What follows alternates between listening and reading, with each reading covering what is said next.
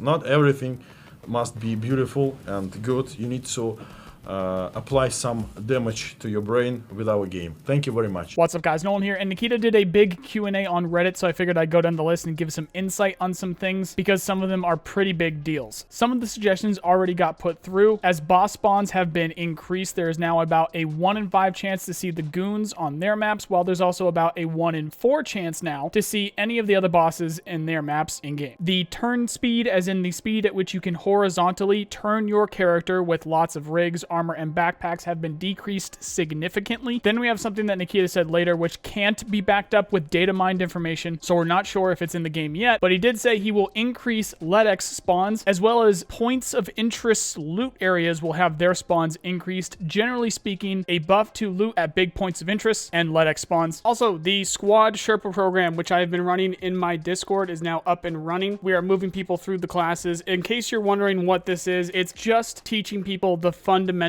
of squad play. I think a lot of people stay away from squad play in Escape from Tarkov, and probably a lot of other games, just because they don't know the fundamentals, how to communicate, how to prepare, how to move. If you're somebody that's hearing this right now and you've ever played any kind of like a milsim, Arma group kind of stuff, this is all day one stuff that just a lot of people don't know. And since Escape from Tarkov is supposed to be a squad game, we're teaching people that. Recently, with all the invisible player stuff and, you know, cheaters, we've been doing offline raids in order to practice and to train people, and it's been actually a lot of fun. So if you are an experienced player who is interested in learning more or possibly helping out and teaching others how to play as a squad in Escape from Tarkov, jump on the Discord, ask about it, and we'll get you set up. Now to the Q&A. Player numbers on a daily basis are in the hundreds of thousands, with concurrent online numbers being around 70 to 120,000 players. So to be clear, 70 to 120,000 people are online right now and are on average at all times, while hundreds of thousands of people play every day. This is a extremely popular game, and I think the scope of that doesn't necessarily stick in people's minds. Nikita has already said in the past, and he said again today, that Recoil will be reworked. These recent changes were band-aid fixes. Nikita said that they are preparing a roadmap, and I am actually discussing this with him directly. We're going through everything that I have as planned in the past. As soon as we have something, you'll hear it here first. We need to keep in mind that not everything was set in stone in the past, especially nowadays. There's a lot of things that have come up. There's a lot of time that they've had to put into development of other things, and especially with all this talk with cheaters, they might need to move some things around so that they can put infrastructure in to fight against the cheaters, which we'll get to in a minute. But linked in the description is my playlist for future Tarkov and all the videos that I've discussed on what they have planned. So if you're interested, look through those, and if you think I missed anything, let me know and I'll make sure it's not missed. This is obviously extremely important for the future of the game. Now, I will say, in case anybody is worried, I have seen most of the big ticket ones that have already been work in progress as a yes in this Q&A. We'll just see for the peripheral stuff, and, you know, generally speaking, we'll go through the whole list and see if anything is cut, or if anything is going to be DLC now, or if something is just going to pop up after release. I know that this can be a touchy subject. That's why we're going to make sure we get the list right. Speaking of, the raid replay system is still being worked on and will be tested in Arena. For those who don't know, Arena is going to be its own game being built with new netcode for better competitive play. If this raid replay system works in Arena, they are going to try to move it to the base game. And in case you're wondering what exactly that means, it is exactly what it sounds like. You are going to be able to rewatch the raid after it happens. This is going to be very big for Machinima if you guys want to create videos and stuff with the camera flying around and stuff like that. But also, of course, yes, finding cheaters, as well as the originally intended learning from your mistakes. You didn't know where you got shot from, now you'll know where you got shot from. Stuff like that. There is a graphics overhaul coming. A lot of people didn't know that apparently, and it does include lighting changes. I'm not certain, but I think he means it's coming in April. There's a big patch coming in April, which we'll talk about in a minute, and I think it's included in that, but it might not be. We'll see what happens with that. Either way, it's coming. Now on to the big cheater stuff. Two-factor authentication is activated in the Asia region, and they are thinking about bringing it everywhere. On the subject of anti-cheat and what they're doing about it, Nikita has mentioned there are other steps that they can take, but it will extend the timeline of the game. I genuinely would like to know who out there wouldn't wait longer for a better anti-cheat solution. Let me know what you think. Honestly, if I can go on a tangent for a second, I had this completely insane idea for a video I was going to discuss a little while ago. I didn't end up making the video because it is absolutely insane. There's no fucking way this is ever going to happen. But in my mind, I would rather them just stick with Arena and just completely just scrap Escape from Tarkov in its entirety. Just stick with Arena, put some maps in, put all the guns in, put all the kits in, put as much content as you want in Arena because it's the new netcode, it's the new built system for it. Get the money that they need from that because again, it is also a separate team, and literally start from scratch with Escape from Tarkov. Some people were wondering if that's a good idea. Generally speaking, I think it's not a good idea. It leaves a lot of potential for more problems and more chaos. It's completely ludicrous, but it comes up a lot. A lot of people are asking about it, and generally speaking, I would be on board with that, but it's just not going to happen. It's going to take another like 5 years if they end up doing that. Anyway, for the short term though, I am absolutely not opposed to waiting a bit longer if it does mean less cheaters. They talk about the RMT stuff. The changes that were made for RMT were changes Nikita wanted anyway in order to slow the early game apparently, and this goes around friends giving friends items if the friend is a higher level player. He said it needs to be controlled anyway. It's not a good thing for a game to have an ability to buy or access top tier stuff from the early game, which I can see that making sense. Later he explains the system that they have in place that tracks everything players do to find the outliers and label them as potential cheaters. He says it's not working as fast as they would like it to, so they will make it faster. A lot of the feedback for the cheaters in general was based around stuff like that, and it turns out they do have a system in place. They're just working on it. As I mentioned before, he said a major tech patch is slotted for April, but they will try to get it in sooner. For right now, you know, just expect it in April. There will be a lot of anti-cheat and game optimization changes in it. There was a question about using a different anti-cheat, and Nikita said that they won't because they are still trying something else with Battleeye, so they're sticking with Battleeye for now. There was an interesting reply to a Fix Your Game person, actually, where Nikita breaks down the invisible player bug. He said millions of lines of code, bad initial architecture that is being rewritten step by step. This goes back into my tangent earlier about just scrapping the entirety of Escape from Tarkov. This game started very small and then ended up growing completely out of control, and there's problems that are coming up from that. Anyway, so continuing with the response here, the invisible players, which was caused by too many information being sent in network packets, since they added a lot of new features which added new info to send. So it wasn't a texture-based bug after all. It was all based on information going back and forth on the network. There were many cases where people go at Nikita, and he seems to have good answers for all of them. I don't know how much more he'll spend on this, but if you have something to add, you might as well go look through and see if it hasn't already been answered. The majority of the rest I see is stuff that have already been answered and obvious, especially if you watch my videos, and Nikita basically says the same. He's also not hiding. If you want to go at him, if you've got real questions and you want answers, then go take part. Also, same goes for me. I'm actually starting to talk to him more often these days. If you've got a genuine question, go through the Reddit post. I'm sure it's already been answered there. I'm sure you're not alone, but if it wasn't, please feel free to jump on Discord or tweet at me. I'll do what I can. There's a lot of talk about release here, and a very big thing here being the wording around no more big features until release. Now, the major question is what's in the release? What comes after, and what is DLC? Again, I am literally working with Nikita to get a roadmap based off of what they've said in the past, so we'll see what that looks like, and you'll know more once I do. I did make a tweet about this, talking about it, and some people were confused. I'm not influencing the roadmap. I'm not telling them what they should or shouldn't add. I'm simply just the database. I know what they've said is work in progress. I know what they said might be able to make it into the game. I know what they said they would hope be able to make it into the game, and I know what they said probably won't make it into the game. I have that list, and I'm talking through it with them to see what is cut and what's going to make it, and it's a pretty long list, so we'll figure that stuff out. Until then, though, follow me on Twitter or join the Discord, both linked below. If you like this video, there's a button for that. Subscribe for more like it, or jump into the comments and let me know what you think. My other channels on other games are right here. Check them out if you're interested. Otherwise, thank you very much for watching, and I hope you have a nice day. See you guys.